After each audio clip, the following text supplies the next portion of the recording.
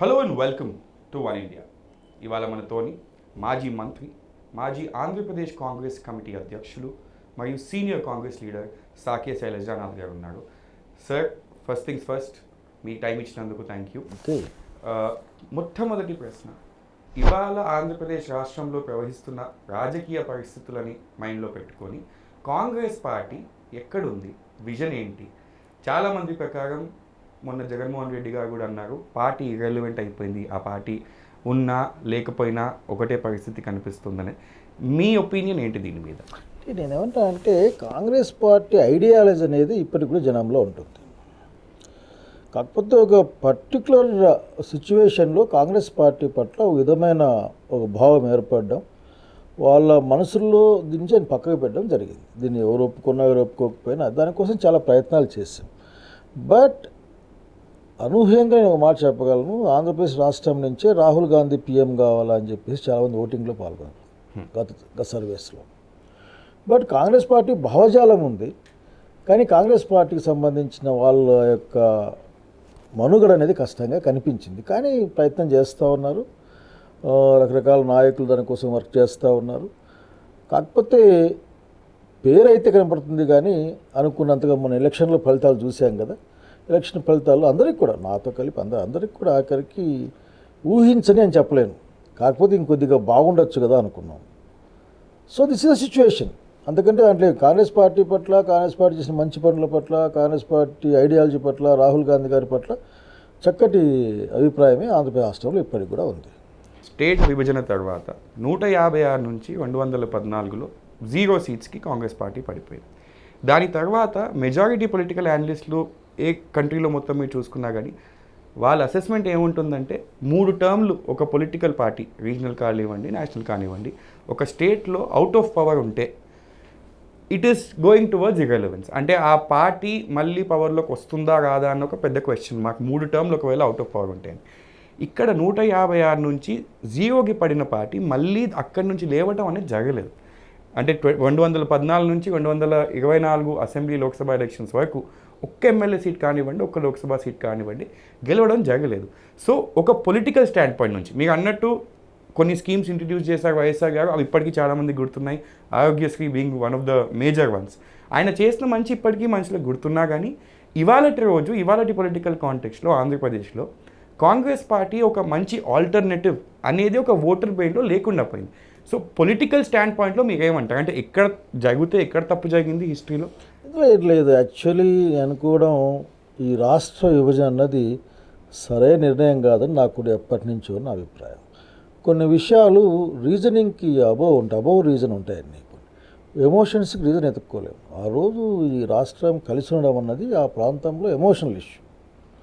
So ఆ emotional ఇష్యూని మనం అడ్రస్ చేయలేకపోయాం. దానికి వ్యతిరేకంగా మన నిర్ణయాలు ఉన్నాయి. ఉన్నప్పుడు ఖచ్చితంగా అక్కడ ప్రజలు మన పట్ల ఒక విధమైన అవల్షన్ని డెవలప్ చేసుకో. ఈరోజు దే ఆర్ బేరింగ్. ఫస్ట్ డేస్లో అయితే కనీసం మన ఊర్లోకి రానిచ్చేవాళ్ళు కాదు. నిజంగా I'm very grateful towards Raghuveera Reddy. ఆ రోజుల్లో పాప రఘువీరెడ్డి గారు ఎంత ఇబ్బంది పడి నాకు తెలుసు. సో మీరు చెప్పిన మాట కరెక్టే.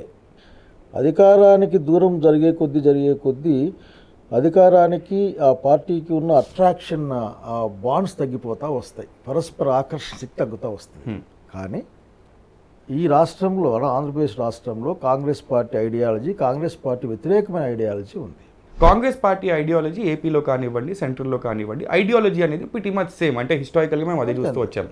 214 ముందు నేను మాట్లాడేది.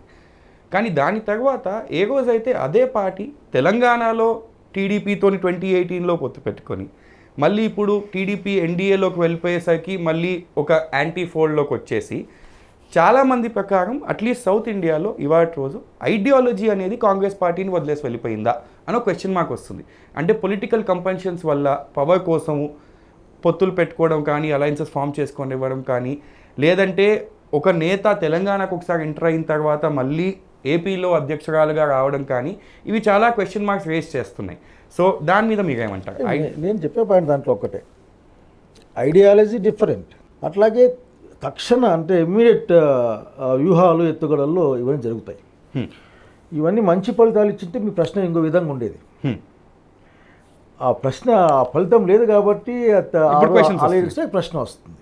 100%. బట్ ఐడియాలజీ అనేది ఎప్పుడైతే కాంగ్రెస్ పార్టీగా సెక్యులర్ మేము అని చెప్పుకున్నారు, సెక్యులర్ పార్టీగా భారత రాజ్యాంగాన్ని గౌరవించే వాళ్ళుగా మేము కూడా సెక్యులరే కదా, మేము కూడా భారత రాజ్యాంగాన్ని గౌరవించే వాళ్ళే కదా అని ఆ రోజు తెలుగుదేశం పార్టీ కలిసి మాట వాస్తవం. మరీ ఎందుకు వెళ్ళారో అది వాళ్ళు చెప్పాలా, ఆ సమాధానం మా దగ్గర లేదు. ఆంధ్రప్రదేశ్ రాష్ట్రంలో 2 గుంపులు, ఎవరు చెప్పారు 2 గుంపులు. మా దగ్గర ఉన్న గుంపు అంతా కాంగ్రెస్ పార్టీ అంటే మా దగ్గర కాంగ్రెస్ పార్టీలో ఉన్న వాళ్ళందరూ ఒక కారణం రీత్యా అది ఏదైనా కావచ్చు, మొత్తం 99%, 90% అందరూ కూడా ఆఖరికి జగన్ రెడ్డి వైపు షిఫ్ట్ అయ్యారు. అక్కడ కాంగ్రెస్ వాళ్ళే కనుక ఆ ఫైట్ ఎప్పటికీ ఉంటుంది. ఆ ఫైట్ జరుగుతోంది ఆంధ్రప్రదేశ్ రాష్ట్రంలో. కనుక మనమేమి దూరమైందా పవర్కి, అట్లెట్లా చెప్తావు దూరమైందని? Ideology is very near to the power.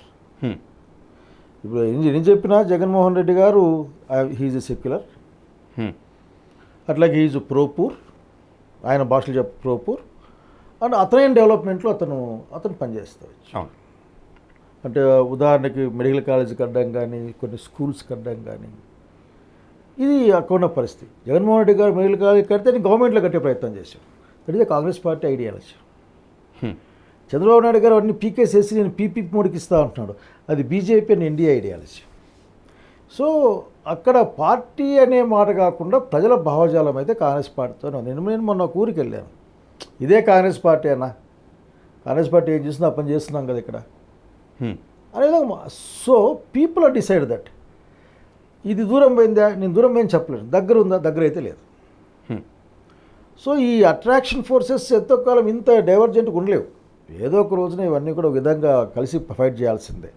భారత రాజ్యాంగానికి ముప్పు వస్తే అందరూ కష్టపడతారు, అంటే సెక్యులర్ భావజాలానికి కష్టం వస్తే అందరికి ఇష్టపడతారు.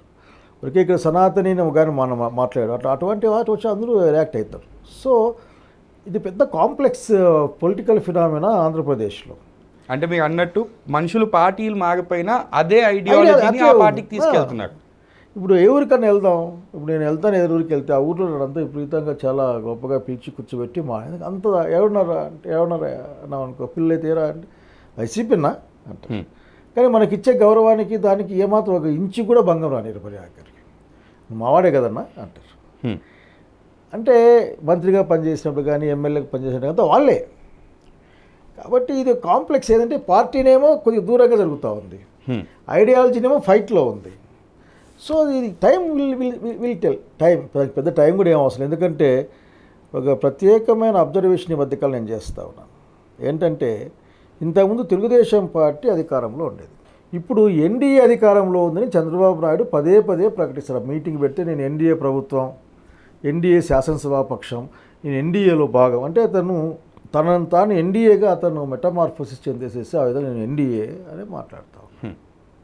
అతను ఎన్డీఏని మాట్లాడుతున్నాడు కాబట్టి అతను చాలా అంశాలతో బీజేపీతో కలిసిపోతూ ఉంటాడు. అది వేరే ఆప్షన్ లేదు, బికాజ్ బోత్ ఆర్ సేమ్. కాబట్టి ఇటువంటి ఫినామినా వచ్చినప్పుడు దాని వ్యతిరేక ఫోర్స్ అంటే ప్రజల కోసం పనిచేసే ఫోర్సెస్, రాజ్యాంగం కోసం పనిచేసే ఫోర్సెస్, అట్లాగే సెక్యులరిజాన్ని కాపాడుకునే ఫోర్సెస్, ఇవన్నీ కూడా ఏదో ఒక జంక్షన్లో అన్నీ కలిసి మాట్లాడుకోవాల్సిన అవసరం వస్తుంది. ఎందుకంటే అక్కడ ఒక యూనిటీ వచ్చింది. పవన్ కళ్యాణ్ గారి రూపేణా కావచ్చు, బీజేపీ రూపేణా కావచ్చు, వాళ్ళిద్దరినీ కలిపి చివరికి ఏ డిమాండ్ అయితే ఉంటుందో గుళ్ళన్నీ పూజారులు మెయింటైన్ చేసుకోవాలా, ఇటువంటి వచ్చాయి కదా చట్టాలు వచ్చాయి. ఇంకా కొన్ని రాబోతున్నాయి కూడా. అంటే ముఖ్యంగా తిరుపతి ఇష్యూస్ కానీ ఇవన్నీ చాలా అంశాలు చూసామంటే తిరుపతి ఇష్యూ మీద మీరు చాలా సీరియస్గా చాలా ఇర్రెలవెంట్గా ఆఖరికి, అంటే ఇంతకుముందు లేనివి దాని ప్రభుత్వాలు చూస్తూ పోయే పరిస్థితి. ఎందుకంటే ఇక ఎన్డీఏ గవర్నమెంట్ అంటే నథింగ్ బట్ బీజేపీ లెడ్ కదా, అది అలయన్స్ కదా. సో బీజేపీ లెడ్ అలయన్స్ అంటే ఆర్ఎస్ఎస్ లెడ్ అలయన్స్ అనే కదా. సో ఎటు చూసినా ఈ దీంట్లోకి చంద్రబాబు నాయుడు గారు, మన జనసేన పవన్ కళ్యాణ్ గారు, అట్లాగే బీజేపీ అట్టకు ఈ దాంట్లో కలిసిపోయినాయి. దాన్ని హ్యాండ్ అండ్ గ్లవ్ చెప్పలేదు, they are mixed, one entity. So దానికి వ్యతిరేకంగా ఉన్న forces, democratic forces, progressive forces అన్నీ కూడా ఇటు పక్కన కన్సల్ట్ అవుతాయి. అదేం పెద్ద ఎలక్షన్లు అయితే 4 నెలలు 5 నెలలు అంత 6 months అయితే అంతే. So definitely in short time these forces are going to be reunite and restructure. I'm confident that, I'm hoping on that. అంటే ఈ ఫోర్సెస్ అంటే మీరు మాట్లాడేది in this context Congress party, YSRCP, communist అట్లా కాదు, మీరు అట్లా చూస్తున్నారు. అట్లా నేను అట్లా చూడటం లేదు. ఇప్పుడు పార్టీ అంటే దాంట్లో మనుషులే, పార్టీ సభ ఎంటిటీ ఏది ఉండదు, మనుషులే ఉంటారు. Hmm. ఈ మనుషుల కొన్ని ఐడియాలజీల కోసం పనిచేస్తుంటారు. లెఫ్టిస్ట్ ఐఎమ్ ప్రౌడ్లీ సేయింగ్, నన్ను పెంచింది నన్ను సిపిఎం పార్టీ, నా అన్ని అసలుకి నా ఆలోచనలో వాళ్ళ ప్రభావం చాలా పెద్దగా ఉంటుంది. ఎస్ఎఫ్ఐ ఐడియాలజీ దగ్గర ఉంటుంది. అట్లాగే అనేక మందికి ఐడియాలజీ ఉంటుంది. వాళ్ళందరూ అసలు ఆలోచిస్తూ ఉంటారు. ఫర్ ఎగ్జాంపుల్ నాకు నా రూమ్మేట్ ఒక ఆయన ఫోన్ చేశారు, సీనియర్. నాకు ఏంట్రా ఇంకా మనమంతా యాక్టివ్ ఉన్నట్లుగానే ఏంది కమ్యూనల్ ఫోర్సెస్ ఏంది, రిలీజియస్ ఫోర్సెస్ ఏంది అంటే అందుకంటే కర్నూలు మేలుకాల్సి పెద్ద ఐడియాలజికల్ ఫైట్ ఉండే, బ్యాటిల్ ఇడ్డా ఉండేది. సో పీపుల్ ఆర్ థింకింగ్, అంటే ఊరికే ఉండి చేసుకునే వాళ్ళు కూడా, తమ పనులు చేసుకునే వాళ్ళు కూడా ఐడియాలజీ గురించి మాట్లాడడం, మరి రీథింక్ చేసుకోవడం మొదలు పెడతారు. సో డెఫినెట్గా within short time, political ఎరీనాలో 2 months 3 months గొప్ప విషయం కాదు. So I hope within 6 months అసలుకి new polarization going to happen in my state. ఇప్పుడు ప్రస్తుతం రూల్ చేస్తున్న అలయన్స్లోకి వెళ్లే ముందు, వాట్ అసెస్మెంట్లోకి వెళ్లే ముందు నా ఆఖరి ప్రశ్న కాంగ్రెస్ పార్టీ మీద. వైఎస్ షర్మిల గారు ప్రస్తుతం నేతృత్వం వహిస్తున్నారు కాంగ్రెస్ పార్టీకి ఆంధ్రప్రదేశ్లో. ఆవిడ తెలంగాణకు వచ్చి వైఎస్ఆర్ తెలంగాణ పార్టీ పెట్టి కంటెస్ట్ చేయకుండా పార్టీ డిజాల్వ్ చేసేసి మళ్ళీ ఆంధ్రప్రదేశ్లో అధ్యక్షురాలు అయ్యారు. మీ ప్రకారం 2014 తర్వాత ఎలాగైతే మీకు అన్నారో సెంటిమెంట్ అనేది ఆంధ్రాలో కానివ్వండి, తెలంగాణలో కానివ్వండి పాతుకుపోయాయి. అంటే ఆంధ్రాలో అటు విభజనకి అగెన్స్ట్గా, ఇక్కడ తెలంగాణలో వాళ్ళు టర్మ్ చేసినట్టు విభజనకి ఫార్గా పాతుకుపోయాయి. మీ ప్రకారం తెలంగాణకు ఆల్రెడీ ఎంటర్ అయిన ఒక లీడర్ని మళ్ళీ ఆంధ్రాకి తెచ్చి అక్కడ మళ్ళీ ఓపెన్ చేయడం అనేది అధ్యక్షురాలు పోస్ట్, ఆ మూవ్ మీ ప్రకారం ఎలా ప్లే అవుట్ అయింది? అంటే అది కరెక్ట్గా రాంగ్గా ఆ జంక్షన్లో అది వదిలేస్తే అది ప్లే అవుట్ తప్ప అని కాదు నేను చెప్పేది. దీంట్లో ఆఖరికి కాంగ్రెస్ పార్టీ నాయకత్వం సీరియస్గా ఆలోచించి షర్మిలారెడ్డి గారిని పంపిస్తే కాంగ్రెస్ పార్టీ బాగుంటుంది అనుకుంది. అట్లాగే వాళ్ళ నాన్న రాజశేఖర గారి పేరు ఉపయోగపడుతుంది కదా, అట్లా సో న్యాచురల్ పంపించారు. బట్ ఆ ప్రశ్న అయితే అక్కడక్కడ ఎదుర్కొంటా ఉన్నాం, ఏంటిది అని. అంటే ఉన్న వాళ్ళమే కొద్దిమంది, నెక్స్ట్ అమ్మాయి వచ్చింది, మా లీడర్ అమ్మాయి, మేడమే కదా ఇప్పుడు, ఆ అమ్మాయిని కోఆపరేట్ చేయడం. బట్ ఆ అమ్మాయి కాంగ్రెస్ పార్టీ వర్కింగ్ స్టైల్ అలవాటు చేసుకోవాలి, అంతకంటే అట్లేదు. ఇంకో నెక్స్ట్ ప్రశ్న సార్, ఇప్పుడు ఏదైతే నెగటివ్ మాకు వినిపిస్తుందో కాంగ్రెస్ పార్టీ నుంచి, ఎస్ స్పెషల్ కేటగిరీ స్టేటస్ కానివ్వండి, చాలా మేజర్ విషయాల్లో కూడా మాట్లాడుతున్నారు. కాకపోతే మెజారిటీ వచ్చేసి కాన్సన్ట్రేషన్ వైసీపీ ఉన్నట్టు కనిపిస్తుంది. అంటే కాంగ్రెస్ పార్టీ అటాకింగ్ వైఎస్ఆర్సీపీ. ఏ స్టేట్లోనైనా మనం రాష్ట్రంలో చూస్తే it is always opposition versus ruling government. ఇక్కడేం కనిపిస్తుందంటే, is Congress party fighting to dismantle YSRCP? అంటే వైఎస్ఆర్సీపీ ఆల్రెడీ 151 నుంచి 11 పడిపోయింది. They are at their lowest to be honest. అలాంటి టైంలో వైఎస్ఆర్సీపీ లూజ్ అయిన గ్రౌండ్ని గెయిన్ చేయడానికి కాంగ్రెస్ పార్టీ పనిచేస్తుందా, లేదంటే ఈవెన్చువల్లీ ఒక రోజు పవర్లోకి రావడానికి కాంగ్రెస్ పార్టీ పనిచేస్తుందా అనేది పెద్ద క్వశ్చన్ మార్క్ అయిపోయింది ఓటర్స్ మీడియాలో. ఎందుకంటే మెజారిటీ టైమ్స్ ఒక పర్సనల్ బ్యాటిల్ కానివ్వండి, లేదంటే ఆస్తుల బ్యాటిల్ కానివ్వండి, ఇవి హెడ్లైన్స్ చేస్తున్నాయి. కానీ కాంగ్రెస్ పార్టీ ఒక యూనిట్ లాగా, ఒక ఎంటిటీ లాగా ఇక్కడ కనిపించట్లేదు. ఎందుకంటే ప్రెసిడెంట్ గారే మాట్లాడుతున్నారు, కాకపోతే ఒక యూనిట్ లాగా కాంగ్రెస్ పార్టీ ఇక్కడ కనిపించే. నేను చెప్పే విషయం దీంట్లో పెద్ద అర్థంగానే వ్యవహారం అంటే దీంట్లో ఏంది లేదు. కాంగ్రెస్ పార్టీలో సీనియర్లుగా ఉన్న వాళ్ళు 4-5 మంది మిగిలాం. 2 క్యాబినెట్ మినిస్టర్లు, ఒక సెంట్రల్ మినిస్టరు, 2 రాజ్యసభ ఎంపీలు, ఒక ఎమ్మెల్యే. ఈ మధ్య కొత్తగా ఇంకొక ఎంపీ వచ్చినట్లున్నారు. అంతా ఆల్ ఎక్సే వచ్చి ఇంతకుముందు కూడా వాళ్ళంతా పెద్దగా మాట్లాడిన వాళ్ళు ఏం కాదు. కానీ రఘువీర్ రెడ్డి గారు ఒకరు టోటల్ పొలిటికల్ మ్యాన్, ఆయన ఒకరు ఉండేవారు. కానీ ఇక్కడ ఏంటంటే నేను చెప్పేది ఏంటంటే ది ఫైట్ ఇన్ ఇండియాలోనే ఈ రోజున NDA ideology versus constitutional ideology మధ్యలో జరుగుతూ ఉంది. ఈరోజు కూడా అమిత్ షా ఏదో మాట్లాడుతూ అంబేద్కర్ అని అనేది దేవుని పేరు తలుచుకుని పుణ్యం వస్తుంది మాట్లాడారు అక్కడికి. అంటే అటువంటి ఐడియాలజీకి ఫైట్ జరుగుతుంది. సో నేను కూడా చాలా బలంగా కోరుకుంటా ఉన్నా, ఇక్కడ జరగాల్సిన ఫైట్ ఆఖరికి ఎన్డీఏ వ్యతిరేకమైన ఫైట్, ఎన్డీఏ ఆర్థిక విధానాలకు వ్యతిరేకంగా. సార్ మీ చంద్రబాబు నాయుడు యొక్క ఆర్థిక విధానాలకి, ఎడ్యుకేషన్ విధానాలకి, ఉదాహరణకి మేము కొత్త చదువు విధానం, ఆ కొత్త చదువు విధానం మీద చెప్పాలి అర్జెంటుగా. ఈ స్కూల్ అన్నీ బాగాలే, స్కూల్ ఇంకొనికి ఇచ్చేస్తారంటే కుదరదు. ఆఖరికి హాస్పిటల్ అన్ని కాదు, పులివెందులో చూశాను, సరే జగన్ రెడ్డి కట్టించాడు దాన్ని ఆపేశారు. మొన్న అరకు పోయాను, అరకు పోతే అక్కడ అల్లూరు సీతారామరాజు మెడికల్ కాలేజ్ ఉంది పాడేరు దగ్గర, దాన్ని ఆపేశారు. గవర్నమెంట్ అసెట్స్ అవి, గవర్నమెంట్ ఇన్స్టిట్యూషన్స్, అంటే దానికి ఫండ్స్ లేవు, ఫండ్స్ ఇవ్వచ్చు కదా. సో కానీ మేము పీపీపీ మోడ్ కింద వెళ్తాం. నాకు తెలిసి ఏ ప్రభుత్వం కూడా ఇంతవరకు చంద్రబాబు నాయుడు ప్రభుత్వం ఎన్డీఏ చంద్రబాబు నాయుడు ప్రభుత్వం లాగా మాకు సీట్లు వద్దు అని రాసిచ్చిన ప్రభుత్వం నేను ఫస్ట్ టైం చూస్తా ఉన్నా. మీరు సీట్లు ఇవ్వండి, మేము ఏర్పాట్లు చేస్తామని వాళ్ళని చూశాను నేను ఆఖరికి. సో ఇటువంటి వాళ్ళకి ఫైట్ చేయాల్సిన అవసరం ఉంది. అనేక అంశాలు జస్ట్ ఏదో ఒక డిస్టార్షను లేకుంటే మామూలుగా దాన్ని ఏమంటారు ఒక సెన్సేషన్ వార్త అంతే న్యూస్, వాటి కోసం ప్రయత్నం చేస్తున్నప్పుడు ప్రతిపక్షంగా ముఖ్యంగా రాష్ట్రంలో వీక్ ఉండొచ్చు కానీ దేశవ్యాప్తంగా చూసినప్పుడు బీజేపీ వర్సెస్ కాంగ్రెస్ పార్టీ నడుస్తూ ఉంది. అంటే NDA versus Congress party lead INDA కూటమో లేకుంటే కానీ నడుస్తూ ఉంది. సో ఆంధ్రప్రదేశ్ రాష్ట్రంలో కూడా నేను within short time I think president Sharmila Reddy garu also going on that way అయితే అని అనుకుంటా ఉన్నాను. బట్ చెప్పాలి, సీనియర్లుగా ఉన్న వాళ్ళు సలహా ఇవ్వాలి, అది ఎట్లా అని ఆలోచిస్తాం. అంటే చాలామంది ఏపీని చాలా క్లోజ్గా కవర్ చేసే జర్నలిస్టులు ఎప్పుడూ నేషనల్ లెవెల్లో మాట అనేవారు. ఏపీలో కమ్యూనలిజం నడవదు, ఏపీలో మీరు వచ్చి హిందుత్వ పాలిటిక్స్ చేయండి, లేకపోతే మతం మీద మీరు డివైడ్ చేయలేరు. ఇవాళ రోజు ఎన్డీఏ ప్రభుత్వం ఏపీలో ఏర్పడిన తర్వాత సనాతన ధర్మం, తిరుపతి కాంట్రవర్సీ, దాని తర్వాత ఆయన తీసుకున్న దీక్ష పవన్ కళ్యాణ్ గారు, కొన్ని సైన్స్ కనిపిస్తున్నాయి. ఏంటంటే ఏపీలో కూడా హిందీ బెల్ట్లో ఏదైతే మోడల్ వర్క్ అయిందో బీజేపీకి, అది ఏపీలో కూడా పనిచేస్తుందా, ఏపీలో కూడా మతం బేసిస్ మీద పోలరైజేషన్ అనేది పాసిబులా అన్న question. It is not possible in AP. ఏపీలో లెఫ్టిస్ట్ ఐడియాలజీ చాలా ఎక్కువ. Whatever reason it may be historical ఎవల్యూషన్లో. పైగా అంత ప్రయత్నం చేసి చివరికి కోట్లాది మంది అని మాట్లాడినా, కోట్ల లడ్లు పోయినాయని చెప్పిన జనం ఏం దేవుని రోడ్లే లాగుతారా అని మాత్రమే మాట్లాడారు. దేవుడిని రోడ్లే లాగుతారా మీరు అని మాట్లాడారు. అట్లాగే ఆ పీఠాపురంలో ఆ టెంపుల్లో ఏదో ప్రసాదంలో ఏదో వస్తుందంటే దాన్ని చెప్పారు, దాంట్లో వచ్చింది కదా ఏం చేస్తావు మాట్లాడవా అని చెప్పారు ఆయన. ఆ తర్వాత నువ్వు నేను సనాతని అనే పెద్ద మనిషి అంటే అసలు నువ్వేం మాట్లాడినావు అసలు దీని మీద అని ఒక 10-15 క్లిప్పింగ్లు పెట్టి మార్కెట్లో పెట్టారు. అసలుకి దాంట్లో ఆయన అన్ని డెఫినెట్గా అన్నీ కూడా కాంట్రడిక్టరీ స్టేట్మెంట్స్ అప్పటికి ఇప్పటికి. సో ఆంధ్రప్రదేశ్ ప్రజలు అంత ఈజీగా వదిలిపెట్టరు. కాకపోతే దేవుని పట్ల అందరికున్నట్లే దేశంలో అందరికున్నట్లే ఇక్కడ ప్రేమ ఉంది, ఇక్కడ గౌరవం ఉంది, ఇక్కడ భక్తి అని ఉంది. ఆ తర్వాత మతం మీద పోలరైజ్ అయ్యి కొట్టుకునేంత ఓపిక ఇక్కడ లేదు.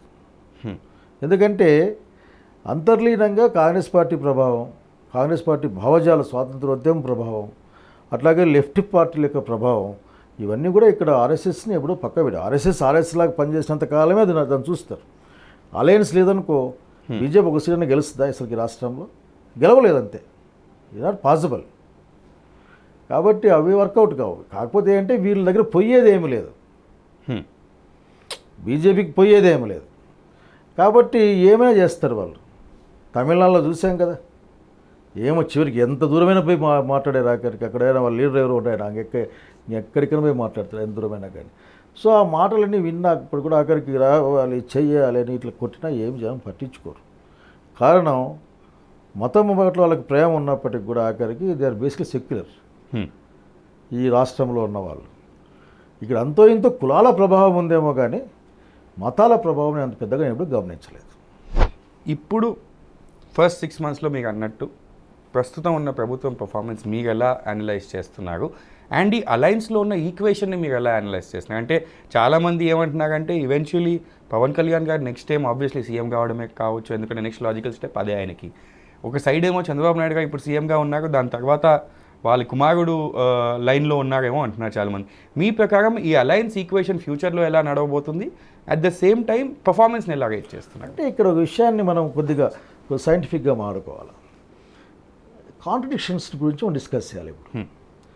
సో వాళ్ళ అలయన్స్ వరకు వస్తే ఫ్రెండ్లీ కాంట్రడిక్షన్స్ అవి, కానీ సీఎం సీటు పైన లుక్ దగ్గరికి వస్తే అవి ఎనిమీ కాంట్రడిక్షన్స్ ఉంటాయి. సో ఏవి బలంగా ముందుకు వెళ్తాయి అన్నప్పుడు ఏ భావం బలంగా ముందుకు వస్తుందో అది దాన్ని కొట్టే ప్రయత్నం చేస్తుంది.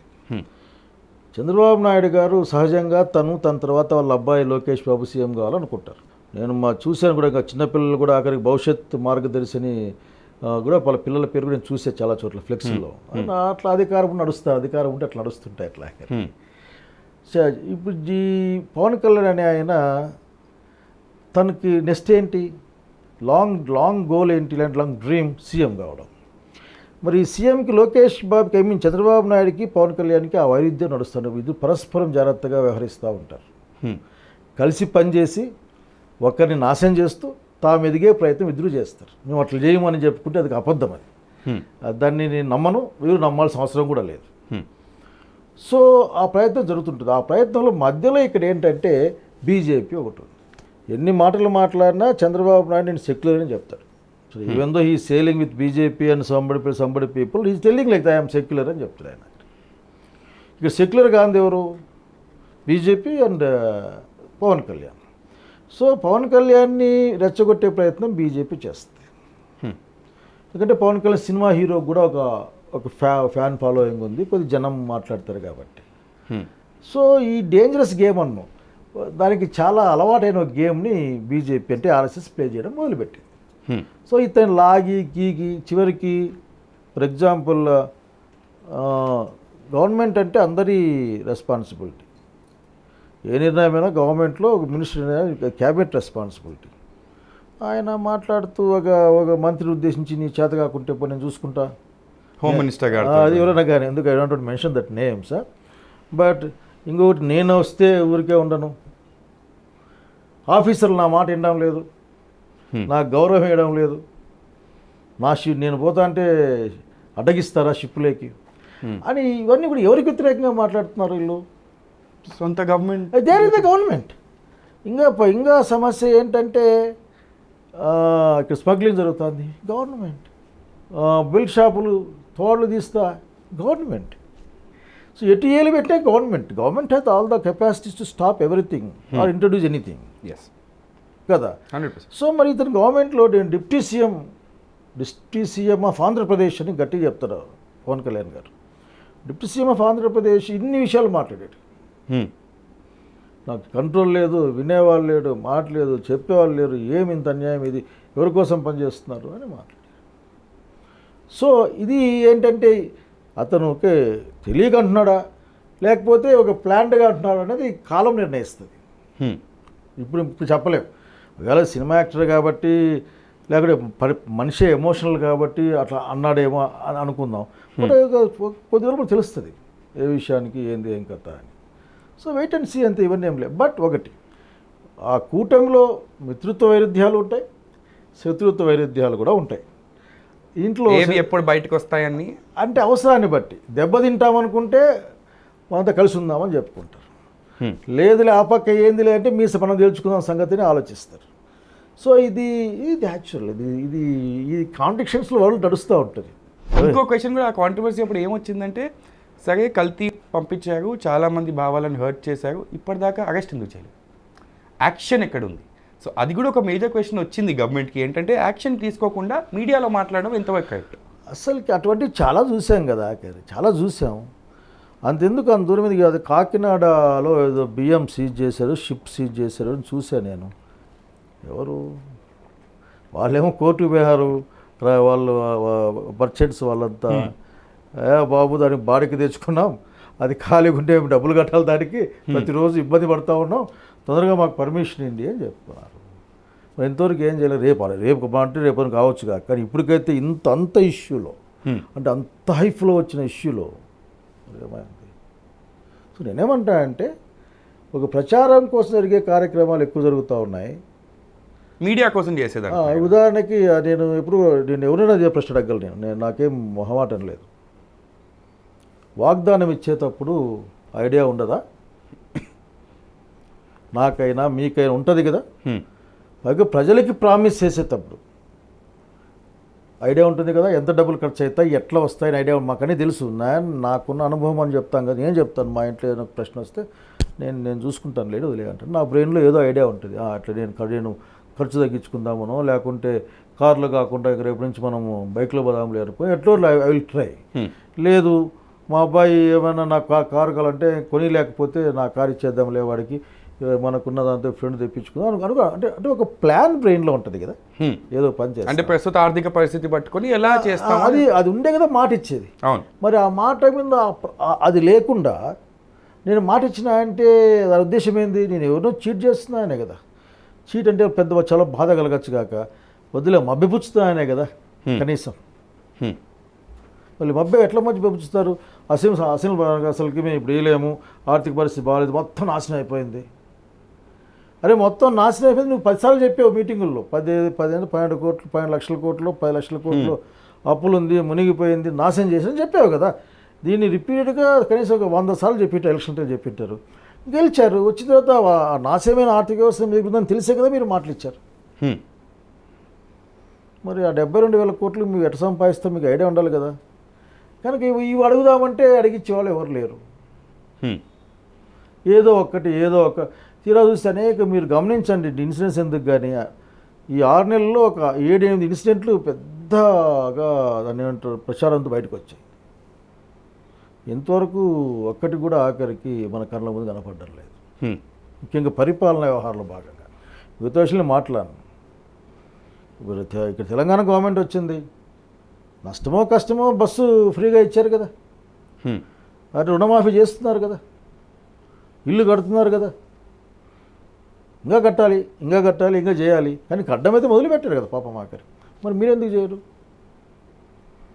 అంటే ఇది మొత్తం నాశనం అయిపోయింది. నాశనం అయిందని మీరే చెప్పారు, ఇంక వేరే చెప్పాలి. మీరు కొత్తగా కనుక్కునేది అడేంది లేదు, మీరు ఆల్రెడీ కనుక్కున్నారు. మీరేమో 12 లక్షల కోట్లు అనుకున్నారు మీరు, కానీ లోపలికి పోతే 8 కోట్లు 7 లక్షల కోట్లు తెలిసింది. ఇక సంతోషపడాలా, కనీసం 4-5 లక్షల కోట్లు మీ మీద లేదన్న విషయం పట్ల. అంతే కదా.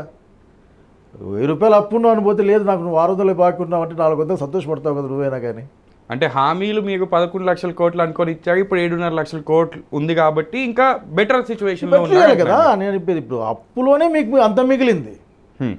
ప్రభుత్వానికి ఉన్న అప్పే 12 లక్షల కోట్లు 10 లక్షల కోట్లు అని చెప్పినా మీకు 7.5 అని మీరే చెప్తే ఆ మార్జిన్ 2.5 లక్ష 3 లక్షల కోట్ల రూపాయల డబ్బులు ఉన్నాయి కదా, మరి ఇంకెంత బాగా చేయాలా? కనుక ఇవన్నిటినీ ఆలోచించమని చెప్పడానికి అది మాట్లాడాలి. ఎట్లా వీరెట్లా అవన్నీ కాదు. అట్లాగే సిల్లీగా అని చెప్పకూడదు కానీ సీరియస్సే. ఈ 2 పార్టీల వాళ్ళు ఒక డయాస్పైర్ కలవకూడదా, కూర్చోకూడదా, మాట్లాడకూడదా? నేను ఇప్పుడు దానికే వస్తున్నాను నెక్స్ట్ ప్రశ్న. యాక్చువల్లీ నాకు ఆశ్చర్యం వేసింది. ఇప్పుడు అంబేద్కర్ జయంతి జరుగుతుంది, నేను వెళ్తాను, అక్కడ వైసీపీ వాళ్ళు, తెలుగుదేశం పార్టీ వాళ్ళు, కమ్యూనిస్టులు, బీఎస్పీ వాళ్ళు, కొద్దిమంది అట్లా సంఘాలతో వస్తారు. కొద్దిమందితో నాకు ఫ్రెండ్షిప్ ఉంటుంది, కొద్దిమందితో డిఫరెన్స్ కూడా నాకు ఉంటాయి. అంతా కలిసి కూర్చొని మాట్లాడుకొని జై భీమ్ అని చెప్పి బయటకు వస్తాం. రాకూడదా? ఎందుకంటే అంబేద్కర్ ఒక పొలిటికల్ ఫిగర్ కాదు. రాకూడదా? ఒక పార్టీ మనిషి కాదు అంబేద్కర్. రాకూడదా కాదు కదా. ఆ గౌతుల చిన్న ప్రోగ్రాం ఏం పోయినారు వాళ్ళంతా. అసలుకి ఆడ ఉన్న వాళ్ళు ఇద్దరేమో కానీ ఆ ఇద్దరు పాపం I don't mention their caste and all those things. But ఏంటి ఇది, ఎక్కడికి పోతున్నాం మనం, ఏ ఆలోచన చేస్తూ ఉన్నాం? దానికి సంజాయిషి ఇమ్మని, సంజాయిషికి మళ్ళీ సంజాయిషి ఇవ్వడం వీళ్ళు ఏంటిది? కనుక నేనేమన్నా అంటే ఆంధ్రప్రదేశ్ పాలిటిక్స్ అనేది కరెక్ట్ లైన్లోకి పోవాల్సిన అవసరం ఉంది. దాన్ని డెఫినెట్గా నేను మా అధ్యక్షురాలకు చెప్తాను, నేను మాట్లాడతాను, నాకున్న అనుభవం ఏదైనా ఉన్న అభిప్రాయం నేను షేర్ చేస్తాను. But I cannot share with you because that is internal affair. అవును, సో ఐ విల్ డెఫినెట్లీ మీరు చెప్పిన ఐడియాని కానీ లేక పబ్లిక్లో ఉన్న మాటని కానీ డెఫినెట్గా I will think of that and I will tell what I'm thinking. అట్లాగే I tell what the people also telling. Last leg of my questions. First thing, కొంతమంది ఒక సైడ్ ఏమో 151 నుంచి 11కు పడిపోయిన తర్వాత this is the end of the chapter and కొంతమంది టీడీపీ లీడర్లు అంటున్నారు ఫర్ జగన్మోహన్ రెడ్డి. ఇంకో సైడ్ ఏమంటున్నారంటే 23 నుంచి 164కి వచ్చారు కదా ఎన్డీఏ వాళ్ళు, why can't Jaganmohan Reddy rise up again? మీ ప్రకారం మీరు చాలా క్లోజ్గా జగన్మోహన్ రెడ్డి గారిని అబ్జర్వ్ చేస్తుంటారు, అంటే మీరు రాజశేఖర రెడ్డి గారితో పనిచేశారు, ఆ టైంలో జగన్మోహన్ రెడ్డి చిన్నప్పటి నుంచి మీరు చూసుంటారు ఆయన మేనరిజంని కానివ్వండి లేకపోతే ఆయన పట్టుదలను కానివ్వండి. మీ ప్రకారం ఆయనకు ఫ్యూచర్ మీకు ఎలా కనిపిస్తుంది అండ్ ఎలాంటి పొలిటికల్ లీడర్ మీకు? దట్ ఈజ్ ఓన్లీ దాన్ని ఏమంటారు మెంటల్ సైకలాజికల్ వార్ఫేర్. అది 2.5 years అసలుకి బయటికి రాలే జగన్ రెడ్డి గెలిచిన తర్వాత. లోకల్ బాడీస్లో పోటీ కూడా చేయలే. మరి నాకు బాగా గుర్తుంటుంది, ఆ రోజు నేను కాంగ్రెస్ పార్టీ పిసిసి ప్రెసిడెంట్గా ఉన్నా. నేను నాకున్న బలాలు అంటే మా పార్టీ బలాబల పేరు కనీసం మేము 500 ప్లేసుల్లో అట్లాగే 200 జెడ్పీటీసీల్లో ప్రయత్నం చేసి ఒక 5 ఎంపీటీసీలు అంతే తక్కువ కావచ్చు. ఒకప్పుడు రాష్ట్రం గెలిచిన వాళ్ళం అంతా మేము 5 ఎంపీటీసీలు హస్తం గుర్తు మీద, 1-2 కార్పొరేటర్లు హస్తం గుర్తు మీద, ఒక 100 మంది సర్పంచులు, 150 మంది ఇట్లా గెలిచాం. అప్పుడు అసలు ఎవరు లేరు, మేమే పోటీ. బహుశా అందువల్ల కూడా మేము గెలిచిన అవకాశం ఉంది, ఎందుకంటే డివిజన్ ఇద్దరి మధ్య ఉంది కాబట్టి అదేదో వీళ్ళు 11 దాకా పోయారు కాబట్టి రాలేరు, మేము 20 దాకా పోయి వాళ్ళు అట్లా అనుకోండి అక్కడికి అయిపోయింది భూస్థాపితం. అట్లా ఎప్పుడు ఐడియాలజీ ఎప్పుడు భూస్థాపితం కాదు. ఆ విషయం ప్రతి ఒక్కరు గుర్తుపెట్టుకోవాలి. ఈ రోజున మనకు ఓట్లు పడ్డాయి, ఆ ఓట్లు ఇక్కడ ఓట్లు కొల్లగొట్టబడలే, న్యూట్రల్గా ఉన్న ఓట్లు మాత్రమే అటు పక్కకి వెళ్ళాయి. ఈ 40% పక్క ఇక్కడే ఉంది, ఇప్పటికీ 40% ఓటు ఉంది. చిన్న ఓట్ బ్యాంక్ కాదు అది. దానికి ఇంక 5% ఓట్ బ్యాంక్ యాడ్ అయితే ఇదే అటు వెళ్ళిపోద్ది. సో ఒకే 11 నాశనం అయిపోయింది, కొట్టేసామండి. అట్లా ఉండదు. అట్లా ఎవరైనా అనుకుంటే భ్రమలు అంతే. అట్లయితే చాలామంది ఆఖరికి లేకుండా పోతారు. ఇక్కడ లీడర్ని కానీ పార్టీని కానీ బతికించేది ప్రజలు. ప్రజల యొక్క యాస్పిరేషన్స్ని వాళ్ళ యొక్క ఆలోచనకు అనుకూలంగా నడిపించేవాళ్ళు లీడర్. ఆ పక్క ఆ పని చేస్తున్నారు, ఈ పక్క ఈ పని చేస్తారు. కనుక 11 వచ్చినాయి 23 వచ్చినాయి లెక్కలు, ఎవరు 23 వచ్చినాయి నువ్వు వెళ్ళిపోయినావన్నా అది ఏం లేదు. ఆ రోజు కూడా చాలామంది చూసాం, చాలామంది ఎమ్మెల్యేలు పులోపు అని పార్టీలు మారినారు, ఈ పొద్దు మారుతూ ఉన్నారు, ఎమ్మెల్యేలు ఇప్పుడు మారుతూ ఉన్నారు. సో ఇది ఒక పెద్దగా అంతగా వాళ్ళు అరిచేంత గొప్ప విషయం ఏం కాదు. కనుక డెఫినెట్గా ఈ 2 ఫోర్సెస్ ఫైట్ చేస్తాయి. ఇప్పుడు ప్రస్తుతానికి నిన్న ఎక్కడైనా అసలుకి నేను సమ్వేర్ హైదరాబాద్లోనే ఉన్నా నేను. పిల్లల గుంపు కూర్చుంది, మినర్వాలో పిల్లల గుంపు కూర్చుంది. నమస్తే పెట్టారు సార్, బాగున్నా అంటే బాగున్నాయా, నేను మీకు తెలుసా అన్న. సార్ మేము చూసాం సార్, పిల్లలు పాపం హుషారుగా సెల్ఫీ. వాడు క్వశ్చన్ అడిగాను, మధ్య కనపడడం లేదు సార్ మీరు అన్నాడు. లేదయ్యా కనపడడం లేదు అన్న. సార్ ఇంత అన్యాయం ఉంటే ఏం సార్ మీరు మాట్లాడడం లేదని. ఏమన్యాయం జరిగింది రా? ఏం సార్ ఎలక్ట్రాన్ ఓటింగ్ మిషన్స్ ద్వారా ఆఖరికి ఎలక్షన్లు గెలిచేస్తున్నారు వాళ్ళు. హర్యానాలో అట్లా గెలిచిరి, మహారాష్ట్రలోనేమో 77 లక్షల ఓట్లు ఎక్కువ వస్తే కూడా చెప్పేవాళ్ళు లేడు. ఆంధ్రప్రదేశ్లో ఏమో జగనన్నను ఓడించి ఆఖరికి 16 లక్షల 10 ఓట్లు వచ్చినాయని. ఇవంతా ఈవీఎంలు సార్, మీరు గట్టిగా మాట్లాడాలి సార్, మీరు మాట్లాడడం లేదు సార్. నేను మాట్లాడతలేయా అని చెప్పి, ఎందుకంటే పిల్లలు కదా సార్ డెఫినెట్గా అవకాశం వస్తే మాట్లాడతలేయా అని చెప్పి. అంటే దీనికి కూడా సమాధానం చెప్తారు. ఆ కాంట్రవర్సీ మీద ఏమంటారు, ఎందుకంటే మహారాష్ట్రలో మీరు పని కూడా చేశారు ఎలక్షన్ టైంలో. హర్యానా ఎలక్షన్ అయితే నాకు తెలిసి పోల్స్టర్స్ కానివ్వండి, మీడియా వాళ్ళు కానివ్వండి, అందరికి ఒక షాక్ లాగా వచ్చింది అది. నేను కూడా ఫీల్డ్లో ఉన్నాను పర్సనలీ, నాకు కూడా ఒక షాకర్ లాగా ఎలక్షన్ రిజల్ట్ అనిపించింది. కొంతమంది ఏమంటారంటే మేము ఊహించుకోలేకపోయామేమో, మేము కరెక్ట్ మనుషులతో మాట్లాడలేదేమో అంటారు. కానీ మీ ప్రకారం ఆ ఈవీఎం కాంట్రవర్సీ మీద మరియు మహారాష్ట్ర హర్యానా ఎలక్షన్స్ని మీకు ఎలా అనలైజ్ చేస్తారు? దాంట్లో నేను కాంట్రవర్సీ ఎందుకంటే నేను కూడా దాని డౌట్ పడతా ఉన్నాను. ఫస్ట్ నేనే కాదు, భారతదేశంలో చాలామంది డౌట్ పడతా ఉన్నారు. నేనే కాదు, నేను కూడా ఈ ఫిజికల్ సర్కమ్స్లో ఉన్నాను కాబట్టి నాకు డౌట్ వస్తుంది. ఏ విషయాలపైన డౌట్ వస్తుంది? ఆ 17C తీసుకున్న తర్వాత దాంట్లో ఎన్ని ఓట్లు పోలైనాయని సంతకం పెట్టిన తర్వాత ఆ తర్వాత ఇంకో కొన్ని ఓట్లు ఎట్లా ఎక్స్ట్రా వస్తాయి? కౌంటింగ్ టైం ఎట్లా ఎక్స్ట్రా వస్తాయి? 1. 2, పోలింగ్ టైం అయిపోయిన తర్వాత అంతవరకు పోలింగ్ జరిగిన ప్రాంతాల్లో అప్పటికి కూడా ప్రజలు పరిగెత్తుకొని వచ్చి 10% ఓట్లు వేస్తారా? నేనైతే చూడలే. 5 గంటలకు క్లోజ్ చేస్తారు, 5 గంటలకు 6 గంటలకు ఎలక్షన్ కమిషన్ గైడ్లైన్స్ బట్టి 6 గంటలకు క్లోజ్ చేస్తే ఇంకా ఉన్న వాళ్ళతో ఓట్లు వేస్తారు అంతే. అంతేగాని మేము 7 గంటలకు వచ్చేస్తాం ఎవరు ఒప్పుకోరు. అక్కడ క్లోజ్ కట్ డౌన్ ప్లేస్ అయిపోతే ఇంకా అయిపోయింది. మరి మహారాష్ట్రలో 70 లక్షల ఓట్లు ఆ విధంగా ఎక్కువ వచ్చినాయని ఒక ఊరు వాళ్ళు అయితే అసలుకి మా ఓట్లు లేవు, అసలు మేము వేసి ఓట్లు అడిగిపోయినాయి, మేము ఒక ఓటు వేయలే, మేము బ్యాలెట్ బాక్స్ పెట్టి అదేమంటారు చేపిస్తాం, మేము డెమో చేస్తామంటే కర్ఫ్యూ పెట్టి వాళ్ళని అనగదొక్కిన పరిస్థితి. మరి ఇటువంటి వచ్చినప్పుడు నేను అడిగేది ఒకటే డౌట్ వచ్చింది. అంటే ఎలక్షన్ ప్రాసెస్ అన్నది ప్రజాస్వామ్యంలో చాలా వైటల్ పాయింట్, అది వైటల్ స్టెప్. మరి అంత వైటల్ స్టెప్ ప్రాణప్రదమైన ఒక అడుగులో డౌట్లు వచ్చినప్పుడు నువ్వేం చేయాలా? క్లారిఫై చేయాలా? అది ఈజీ రెస్పాన్సిబిలిటీ. ఎట్లొచ్చిందయ్యా ఓటు అని చెప్పాలా. ఆ 6 గంటల కాడ 70% అని, రాత్రి 11 గంటల కాడ నువ్వు దాన్ని 90% అంటే ఎట్లా నమ్మాలి నేను? జయరాం రమేష్ గారు కూడా అప్పుడు ఏదో మాట్లాడారు, అసలు ఎట్లా అది 90% కొన్ని దాంట్లో 60% కొన్ని దాంట్లో ఛార్జింగ్ ఎట్లా ఉంటుంది అని. రిలవెంట్ క్వశ్చన్ కదా. దీనికంటే ఇది లేదు మీరు ఎట్లా అయితే మేము పట్టించుకొని మాట్లాడచ్చు. కోర్టు కూడా, గౌరవ కోర్టు కూడా అదే మాట మాట్లాడింది. మరి క్లారిఫై చేయాలంటే ఏం చేయాలి?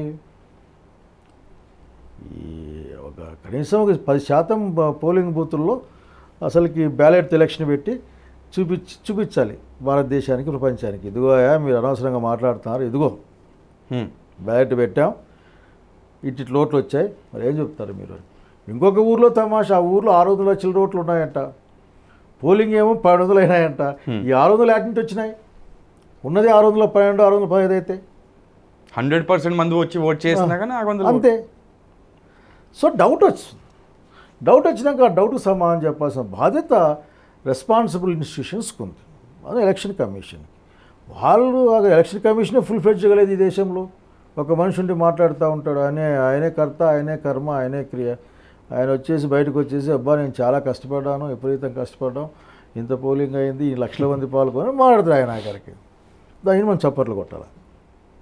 చప్పట్లు కొట్టేవాడు ఎవరు లేరు ఇప్పుడు ఆఖరికి. సో మహారాష్ట్ర అయినా ఇంకో రాష్ట్రమైనా రేపు జరగబోయే రాష్ట్రాలైనా సరే డౌట్ ఉందియా, డౌట్ పెట్టు మరి బ్యాలెట్తో. ఒకసారి ప్రూవ్ అయింది, ఎవరు మాట్లాడరు కదా, ఇంకా ఎవరికి గొంతు ఉండదు కదా. మా ఇట్లా అమాయకులకు కూడా ఆఖరికి డౌట్ క్లియర్ అయిపోతుంది, అమ్మాయి కరెక్ట్గా ఉన్నాయి అనుకుంటాం కదా. మరి ఆ పని చేయడంలే, కోర్టులు తీసుకోవడంలే. అంటే కాంగ్రెస్ పార్టీ నుంచి ఈ వాదన వచ్చిన ప్రతిసారి బీజేపీ వాళ్ళు ఏమంటారంటే మీరు గెలిచిన స్టేట్లో ఎందుకు ఈవీఎంలు ప్రాపర్గా ఉన్నాయంటారంట. అంటే నేను చెప్పే పాయింట్ ఒకటే దాంట్లో, అంటే ఇది అవుట్ ఆఫ్ ద కంటెస్ట్ ఇష్యూలో మోడ్రన్ ఎలక్షన్ అనేది మోడ్రన్ రాజ్యం కోసం జరిగే వార్ఫేర్. ఇది ఎన్ని మాటలు మాట్లాడినా రాజ్యం కోసం జరిగే యుద్ధమే కదా, 2 గుంపుల మధ్యలో. అవును, నీ స్ట్రాటజీ నీకుంటుంది, నువ్వు అనుకునే అంటే తప్పవుతుంది. ఇది కూడా నేనన్న మాట కాదు. పల్లెటూరులోకి వెళ్తే చాలా మాట్లాడతారు. ఇంకా రిజల్ట్స్ రాకముందు రాత ఏమన్నారంటే మీరు నమ్మరు, మహారాష్ట్ర ఎలక్షన్స్ ఎట్లున్నాయని అడిగితే బ్రహ్మాండంగా ఉంది అన్నారు. అంటే సూర్యు సార్ రేపు చెంబు పెట్టి బిందె ఎత్తుకొని పోతారు చూడండి మీరు అన్నారు. అంటే లేదు టైట్ ఫైట్ ఉంది అని చెప్పిన. టైట్ ఫైట్ ఉంది నీకు తెలియదు అన్న. మీరు రేపు చూడండి సార్, ఇన్ని మాటలు ఎందుకు కానీ రేపు 22nd వచ్చాయి ఇక్కడికి, అసలు 22nd 19th వచ్చా 19th వచ్చా 19th వచ్చిన తర్వాత చెప్పా, అప్పుడు విధంగా కష్టపడ్డాం, బ్రహ్మాండంగా పనిచేసినాం, రాత్రి మొదలు పనిచేసినాం, ఇంకా 20వ తారీఖు ఏంది పోలింగ్ ఉంది, మళ్ళీ కౌంటింగ్ ఉంది. ఇదే మా పిల్లలు వాళ్ళు కూడా అంత పెద్ద అనుభవం కదా సార్, అదేం లేదు సార్, మీకు చెంబు ఇచ్చి బిందె ఎత్తుకుపోతారు సార్. చెంబు అంటే జార్ఖండ్ అంట, బిందె అంటే మహారాష్ట్ర అంట. నిజమైంది, మరి ఏం చెప్పాలి నేను? ఎలక్షన్ రిజల్ట్స్ వచ్చిన తర్వాత అలాగే అనిపిస్తుంది ఇప్పుడు ఆ మాట విన్న తర్వాత. అదేందు గంటలో ఇప్పుడు ఫస్ట్లో కూడా మీరు గమనిస్తే హర్యానాలో కూడా ఫస్ట్లో కాంగ్రెస్ పార్టీ లీడింగ్లో ఉంది అందులోకి వచ్చేసి 2 గంటల తర్వాత అసలు కాంగ్రెస్ పార్టీ కనపడకుండా పోతుంది దగ్గరికి. సో ఏమంటా అంటే డౌట్ ఉందియా పనితీరు మీద, clarity. Coming to my last question sir, 2 విషయాలు. ఫస్ట్ అయితే కాంగ్రెస్ పార్టీకి ఆంధ్రప్రదేశ్లో ఫ్యూచర్ ఏంటి మీ ప్రకారం? సెకండ్, పర్సనలీ మీకు పొలిటికల్గా ఫ్యూచర్ మీరు ఎలా చూస్తున్నారు? అంటే ఇవాళ ఐ థింక్ మీడియా రిపోర్ట్స్లో కూడా చాలా వచ్చాయి, మీరు ఐ థింక్ ఒక ప్రైవేట్ ఈవెంట్లో ఎక్కడో జగన్మోహన్ రెడ్డి గారిని కలిసి ఉంటారు. సో అవి తీసుకొని చాలామంది మీరు వైఎస్ఆర్సీపీలో జాయిన్ కాబోతున్నారు అన్న ఒక చర్చ నడుస్తుంది. మీకు అది క్లారిటీ ఇవ్వండి, అంటే అది మీ థాట్లో అంటే అట్లాగా. జగన్మోహన్ రెడ్డి గారు నాకు కొత్త వ్యక్తి కాదు, బేసిక్గా రాజశేఖర రెడ్డి గారి కొడుకు. అట్లా జగన్మోహన్ రెడ్డి గారితో మేము చాలా కాలం కలిసి నడిచాం, మేము ఎమ్మెల్యేలుగా మంత్రులుగా ఉన్నప్పుడు. పెళ్ళికి వెళ్ళాం, జగనే పెళ్ళిలో ఆఖరికి మా ఇద్దరి మధ్య మాత్రం రిలేషన్షిప్ ఉంది కాబట్టి దగ్గరగా మాట్లాడుకున్నాం. నేను చెప్పే పాయింట్ దీంట్లో ఒక్కటే, ఆఖరికి ఏది నిర్ణయించుకోవాలన్నా అది నిర్ణయించుకునే శక్తి నాకుంది. రెండవది ఏది నేను అనుకున్న ఐడియాలజీకి అనుకూలంగా ఉండి అట్లాగే ఆంధ్రప్రదేశ్ ప్రజలకి అట్లాగే కాంగ్రెస్ పార్టీలో ఉన్న కాంగ్రెస్ పార్టీ భావజాలాన్ని మోసే వాళ్ళకి నేను ప్రత్యేకంగా చెప్పాల్సిన అవసరం ఏం లేదు. లెట్ వి సీ, ఇదేం డార్క్లో చేసే పనులు కాదు కదా ఇవన్నీ కూడా ఆఖరికి. సో ఈరోజు నాకేమో నా కాన్సెన్స్ ఉంది, నా కాన్సెన్సీ మా జిల్లాలో అప్పుడు వాళ్ళు అడుగుతూనే ఉంటారు, అసలు నువ్వు ఉంటే అని వాళ్ళ ఆలోచన వాళ్ళది. సో వాడు చెప్పేది ఏంటంటే ఈ నిమిషానికి నేను చెప్పగలిగింది, ఈరోజు కలిసింది అయితే పెళ్ళిలో సురేంద్ర అని ఎస్ఎఫ్ఐలో ఎస్టీబీసీ కాలేజ్ ప్రెసిడెంట్ అప్పీల్కాయ, నేను అప్పుడు డిస్ట్రిక్ట్ ప్రెసిడెంట్గా అట్లేదో ఉండేవాడిని. పెద్ద ఘర్షణలు జరిగాయి మాకు కూడా కనుక అప్పుడు మా టీంలో ఉన్నవాడు కాబట్టి అసలుకి మేమంతా వెళ్ళాము ఈ రోజున. జగన్ రెడ్డి వచ్చాడు, నాకు అతనికి ఆ మాత్రం సంబంధం ఉంది. ఎక్కడైనా సరే మేము ఎదురుపడ్డామంటే అసలుకి అతను నన్ను హక్ చేసుకుంటాడు, నేను కూడా ఇట్లా చేపెట్టి బాగున్నావు అంటాను ఆఖరికి. So let we see, we cannot today yes tomorrow may be no, today no tomorrow may be yes, we cannot tell. But the door is open. Not like that. I am not a person like that. I am thinking, not MLA, నేను చాలా శక్తివంతుల MLA, నేను మంత్రి, అది తెలిసిన విషయమే. కనుక అంత ఈజీగా పదవో గిదవో నన్ను అట్రాక్ట్ చేయలేదు. బట్ ఇట్ వి సీ అట్లాగే ఏంటి వ్యవహారం ఏంది. నేను I'm the very big fan of Rahul Gandhi. Rahul Gandhi నాకు చాలా ఇష్టం. నాకు రాహుల్ గాంధీ అంటే, రాహుల్ గాంధీ గారు ఆయన ఇష్టం, ఐడియాలజీ ఇష్టం. చూద్దాం జరిగే ఒక పొలిటికల్ ప్రాసెస్లో ఎట్లా ఉంటుంది ఏం కదా. ఈ ప్రశ్న నాకు కూడా నువ్వే కాదు, చాలా సింపుల్గా వేసావు. నాకైతే రేపు డేట్ ఇచ్చేసినా ఉంటా కదా, మన్నాడు పోతున్నావు అంట కదా అసలు అనేవాళ్ళు. అన్నా నువ్వు పోతావు అంటే చెప్పనా మేము వస్తామని చెప్పేవాళ్ళు స్టేట్ వైడ్గా, జిల్లాల నుంచి. అన్నా మమ్మల్ని మర్చిపోబాకండి. నేనైతే ఎవరైనా మా ఇంట్లో పడుకో, మా ఇంట్లో ఉన్నానయా నేను, సతాయించబాకండి అని. లెట్ వి సీ, ఏదైనా మీకు చెప్తాను. కానీ అది మీ జాయినింగ్ పర్సనల్గా వదిలేస్తే నా ఆఖరి ప్రశ్న, కాంగ్రెస్ పార్టీకి ఫ్యూచర్ మీరు ఎలా దిస్ ఈజ్ ది భారతదేశంలో అందరూ బాగుండాలంటే కాంగ్రెస్ పార్టీ లెఫ్టిస్ట్ ఐడియాలజీనే ఈ దేశాన్ని రక్షిస్తుందని బలంగా నమ్ముతాను. ఓకే, కాంగ్రెస్ పార్టీ వ్యతిరేకమైన భావజాలం తెలుగుదేశం ఎన్డీఏ దగ్గర ఉంది.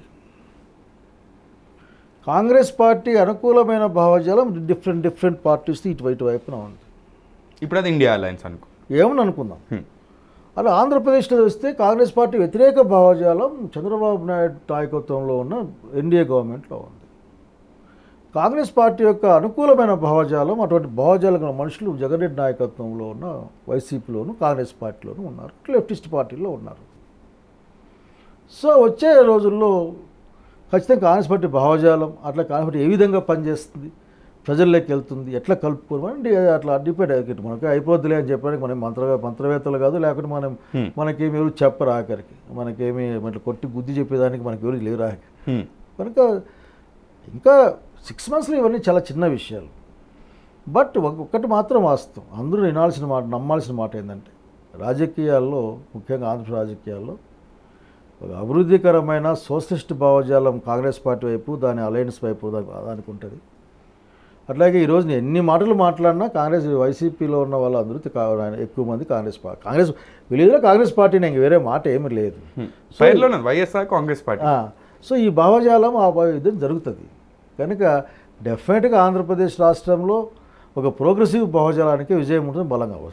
సెట్ బ్యాక్ ఉండొచ్చు, అనేక ప్రశ్నలు ఉండొచ్చు. Let we see. Thank you, sir. Thank you for speaking to us, and we wish you all the luck with anything you do in the future. Thank you, boss. Thank you.